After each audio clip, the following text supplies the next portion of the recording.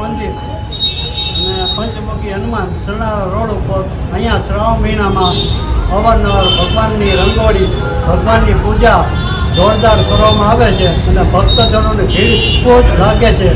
અને અહીંયા રોજ શનિવારે અને સોમવારના ભજનનો પ્રોગ્રામ રાખેલો હોય છે.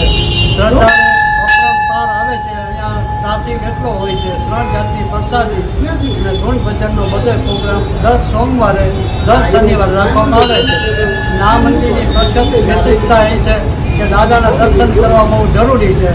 દાદાના અપૂર્વ દર્શન તમને જોવાનો લાભ મળશે. સોમનાથ મંદિરમાં દર સોમવારે અને રોજ નવા નીત રંગ રૂપથી દાદાના દર્શન કરવામાં આવે છે.